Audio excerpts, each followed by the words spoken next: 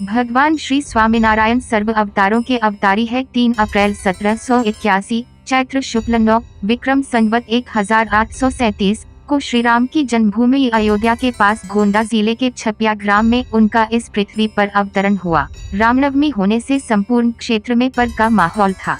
पिता श्री हरिप्रसाद व माता भक्ति देवी ने उनका नाम घनश्याम रखा। बालक के हाथ में पद्म और पैर से वज्र, ऊर्ध्व रेखा तथा कमल का चिन्ह देखकर ज्योतिषियों ने कह दिया कि यह बालक लाखों लोगों के जीवन को सही दिशा देगा।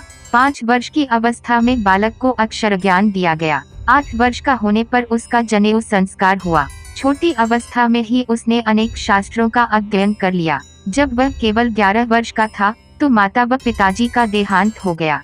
कुछ समय बाद अपने भाई से किसी बात पर विवाद होने पर उन्होंने घर छोड़ दिया और अगले 7 साल तक पूरे देश की परिक्रमा की। अब लोग उन्हें नीलकंठवर्णी कहने लगे। इस दौरान उन्होंने गोपाल योगी से अष्टांग योग सीखा। वे उत्तर में हिमालय, दक्षिण में कांची, श्रीरंगपुर, रामेश्वरम आदि तक गए। इसके बाद पंढरपुर व नासिक होते हुए वे गुजरात आ गए। एक दिन नीलकंठवर्णी मांगरोल के पास लोज गांव में पहुँचे। वहां उनका परिचय स्वामी मुक्तानंद में हुआ, जो स्वामी रामानंद के शिष्य थे। नीलकंठवर्णी स्वामी रामानंद के दर्शन को उत्सुक थे। उधर रामानंद जी भी प्रायः भक्तों से कहते थे कि असली नट तो अब आएगा, मैं तो उसके आगमन से पूर्व दुगदुगी बजा रहा हूँ। भेंट के बाद रामानंद जी ने उन्हें स्वामी मुक्तानंद के साथ ही रहने को कहा। नीलकंठवर्णी ने उनका आदेश शिरोधार्य किया। उन दिनों स्वामी मुक्तानंद कथा करते थे। उसमें स्त्री तथा पुरुष दोनों ही आते थे। नीलकंठवर्णी ने देखा और अनेक श्रोताओं और साधुओं का ध्यान कथा की ओर न होकर महिलाओं की ओर होता है।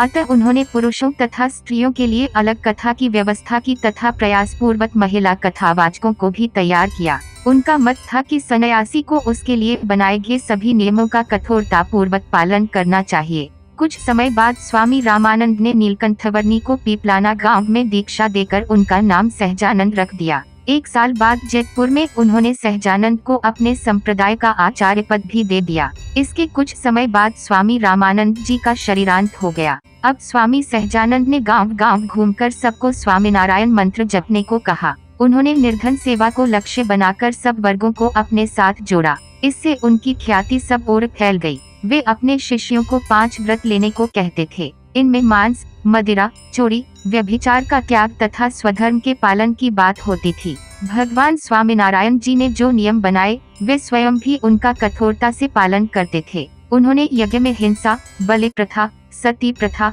कया हत्या, भूख बाधा जैसी कुरीतियों को बंद कराया। उनका कार्यक्षेत्र मुख्यतः गुजरात रहा।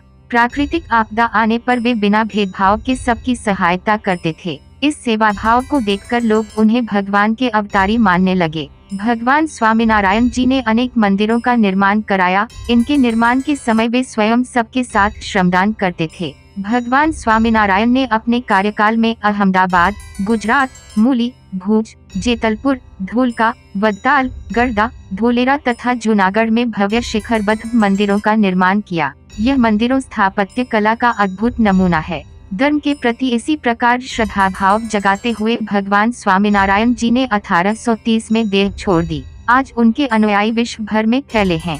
वे मंदिरों को सेवा व ज्ञान का केंद्र बनाकर काम करते हैं।